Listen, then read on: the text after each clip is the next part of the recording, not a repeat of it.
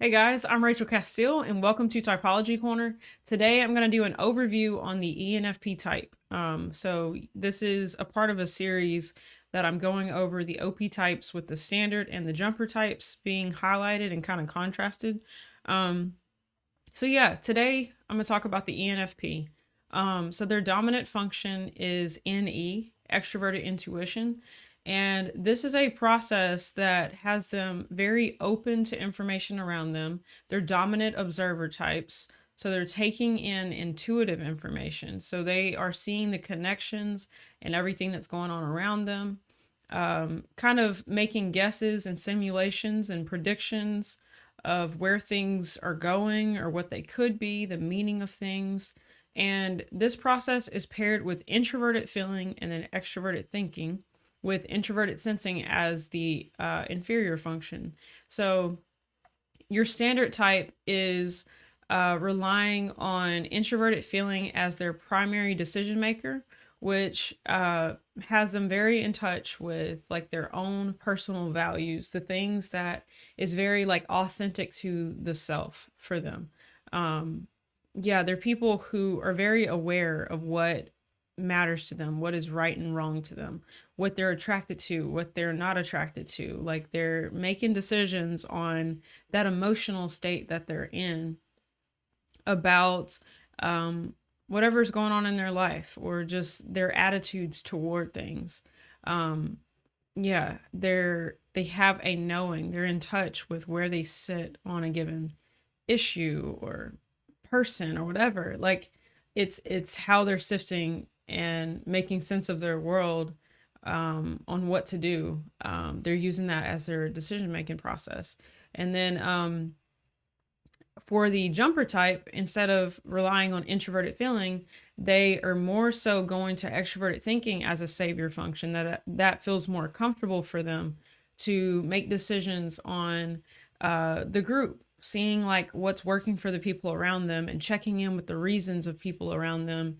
And this makes them more extroverted than your classic ENFP. This TE savior type of ENFP is more in touch with the people around them even more. So it keeps them in a more extroverted state that they're checking in with the world outside of them to make decisions. So I've got a visual to kind of break that down a bit more just so you can see that. Our standard type is NE and FI, and then we've got NETE as as our jumper type. So what they have in common is being a gatherer type. Their primary most dominant function has them open and gathering in new information.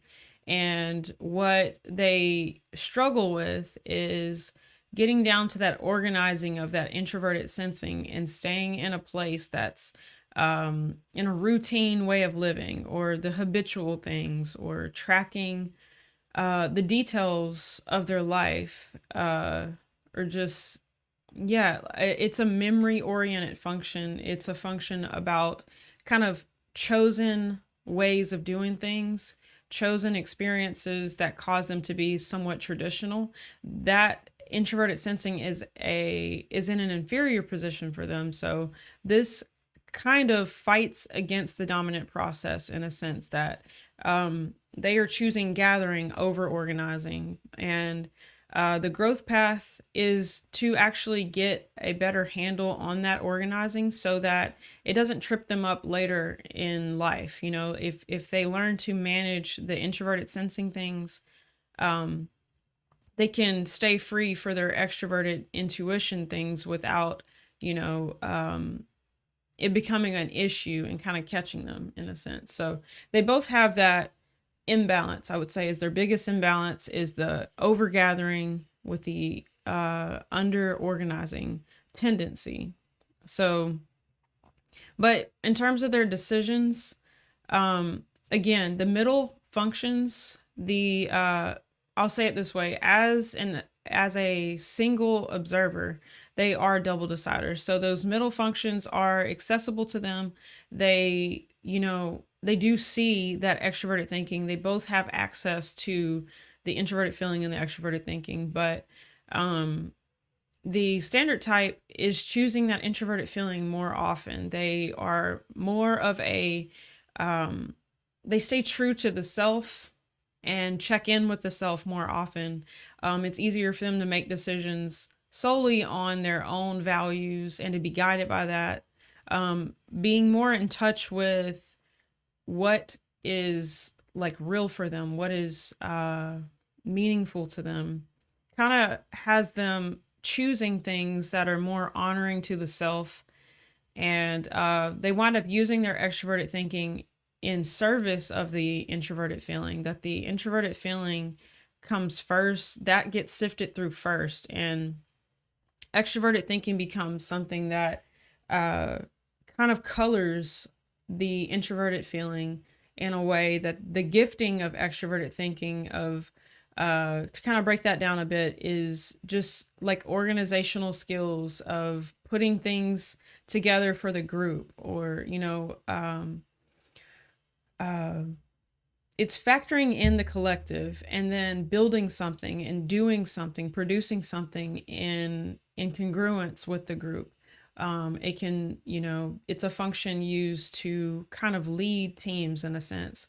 To it's in service of the collective. It's checking in with everyone and being a leader within all of the information gathered and seeing all of the tribe's reasons, what works for people, and making a decision that will honor what was observed. Your ENFP has this extroverted thinking function in a third position, and it's very accessible to them. It's not the same as somebody who was like, an ENTJ or ESTJ who's leading with it, but it's definitely something that they have access to. And that's why being a jumper type makes sense, because an extrovert can be more extroverted and not check in with the self as much, and could be a jumper type very much, and be making decisions based on the collective, being good in leadership roles. And yeah, it's a person who's good at leading people in this sort of way in an organization is someone who is attuned to the organization, attuned to the ways of the people around them, I guess. And that extroverted thinking is an not an observer, but it is taking in the criteria of the collective to make a decision that works for everybody. It's considering other people. So your jumper type down here will be more validation seeking in that sense, because they're needing feedback in order to make their decision. To feel settled on something, they need to hear from the group to then make a decision that honors the group. And your standard ENFP is much more guided by their own personal values, their personal right and wrong, their personal moral code. Yeah, the ENFP is known for kind of like being very personable with people, being in touch with people, being very intuitive about people. This intuition is paired with a particular function. So it's going to have a different color than it did in the ENTP, who also leads with this, and it's paired with TI, an introverted thinking, and an extroverted feeling process. This is a bit different. This is the axis of introverted feeling and extroverted thinking. So this is much more staying true to the self and observing the reasons of the tribe, seeing what is efficient, what is effective is very much a TE related thing.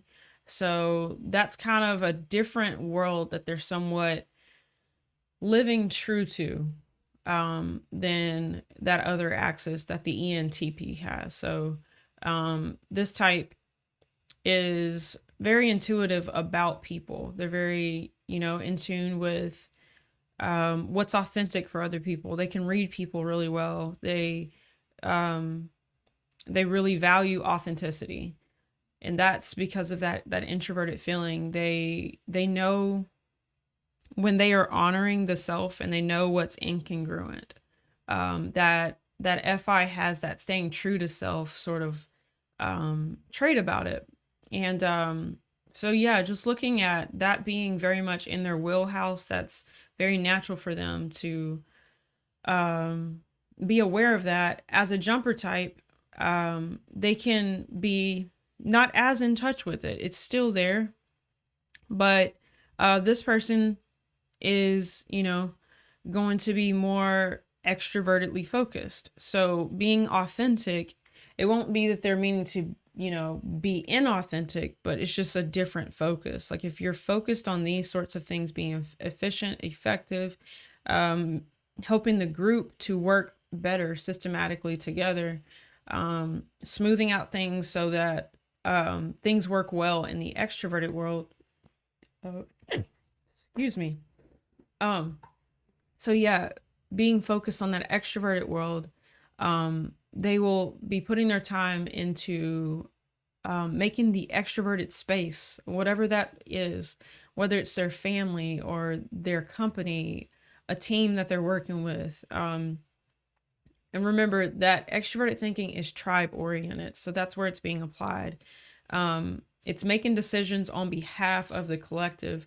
So you're observing the collective more than you're observing the self when making decisions if you are a jumper type. And I look at it as like order of operation. So whatever a savior is for you, you're more comfortable going there. You're more comfortable, more inclined to check in that area before the other one. It's whatever's in the middle, you can see them both. You can kind of see the imbalances and you can kind of move over to the other one. But which one you're choosing more often is the savior in that sense. So growth is taking time to factor in the other one as well, and just to get that balance in that. I guess I could say equal use, but it's just to become cognizant of that. And there is something to learn from the other type that is going all in on the different saver than you are. There's something to gain, or just being aware. The biggest thing about typology is just becoming really, truly aware about what you're doing most times, and to see where you're starting from. So there's not one way being better than the other. They're just different. So yeah. So that's a bit of an overview on seeing those two different deciders in the middle. And then but yeah, like I said, they each have that inferior introverted sensing of being, kind of out of tune or out of touch with their body, out of touch with just being attentive to the details, kind of organizing their life, staying consistent on a particular routine and like path and building something.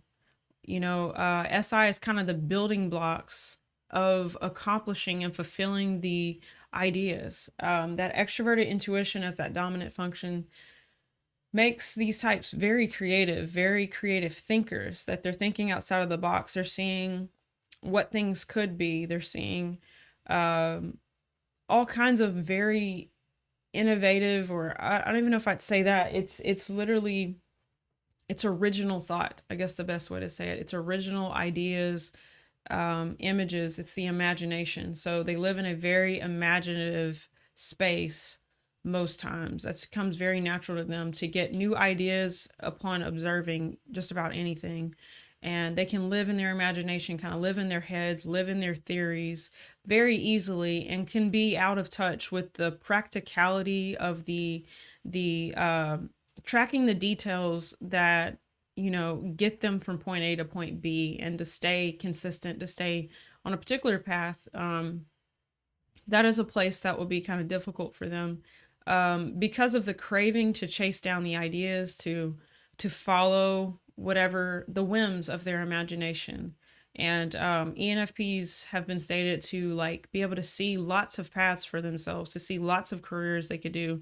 They're good at a lot of different things and struggle picking something, or to stay consistent with a particular way of life, or career, or they can be kind of like, oh, I like this, I'm a jack of all trades, I like all these different things, I do 5 different professions all at once or something like that. Or this openness to the new can make it hard for EP types to lock in on a particular path, a particular career, a particular hobby, because of the openness to the new, the openness to like, ooh, the new thought is more intriguing. So, yeah, that's kind of the life dilemma, I would say, that the ENFP, whether standard or jumper, kind of has in common. And then based on which savior they're choosing of the introverted feeling or the extroverted thinking, they have a bit of a different growth path because of majoring on, a particular one of those. What else can I add about that? So the ENFP, they are, as I said, they're gatherers. They are, that's the primary human need, is to go out and find the new. That's creating organizing issues in their life. The way forward is to organize your life and to engage in that regularly, like do a little bit of the organizing every single day so that it doesn't catch you down the road of like a big pile of something that's not being managed. The more you can manage your own organizing and staying on track and like your routines and stuff, the more you can stay on top of those things, the more free you'll be for the new explorations you want to do. It won't become a pile of something that you have to deal with. So incorporating that a little bit every day to kind of make that a routine. It is getting the routines of your life down in a way that's manageable. It keeps you free, that you're not having to be micromanaged for the, this big missing area in your life, in a sense. That balance is super helpful for EPs in general. I'm an ESTP, so my issues are slightly different, but it's very like NI related instead of SI related. But yeah, freedom has come from me being more intentional in NI related things, and it keeps me, in a good place with my SE, that I'm not purely just running in the addiction of using my dominant function, starting to have a balance of that I'm starting to walk on a path and get to my bigger goals and not just the momentary intrigues in the moment, so that's just an EP dilemma that we have. So yeah, this will help with the anxiety that EPs have. The more we choose to be like self-disciplined, self-responsible, and in these areas that we like to say, no, I'm gonna let somebody else do that. I don't like that. I don't want to put any time there. Yeah, super, super helpful in our lives. And the jumper type should get more in touch with their own personal values and make decisions that are true to the self, that is an authentic choice inside, and to honor their FI and to live a life that is congruent with their own personal values, to make decisions that are true to the self, while also, being aware of the group and being good and, getting efficient things set up for the people in their lives, helping things to flow well around them. Yeah, that type is majoring on that TE. So that is a muscle they've gotten very good at being a director, being a leader in whatever organizations they're in. And that organization could be something as small as your family unit, or just your marriage, or how your house works, how it's organized, how it's put together in a way that, factors in everybody. This is something that ENFPs are really good at. And the jumper type just needs to consider the self more often. And the standard type needs to check in with the world around them and not purely their own introverted feeling, and to be a little more involved in how the tribe is doing, in that sense of what works for them. And yeah, it's a bit of a full picture. So again, I don't want to preface this as like, hey, it's wrong to be what you are. No, this is what you are. Major on your gifts. Really really hone that gift of your chosen decider, there's really like beautiful creativity that can come out of that introverted feeling, that deep knowing of the self, that deep knowing of the personal emotions, the emotional state. There's a lot of creativity that can come out of that mix of that introverted feeling and that extroverted intuition. That mix of the two. This is a very creative type. There's for the arts or all kinds of stuff like the humanities, social work, being that intuitive about what's going on in the moment, that extroverted intuition. I guess I could speak on that a bit more, but they are just very perceptive. The best way to say, they're not attached to their perceptions that much in the moment. They're just very perceptive about what's going on around them in the moment. They can read people really well. Yeah, the gift of these functions working together, they are very good at understanding different perspectives, taking in all of these, points of views and seeing the true person that's in front of them. So yeah, I think my biggest emphasis is these four functions. You have access to all of them, and based on which ones are saviors, it shows where you're inclined to not really spend time. I think that's the biggest point. And my encouragement is you have all of these.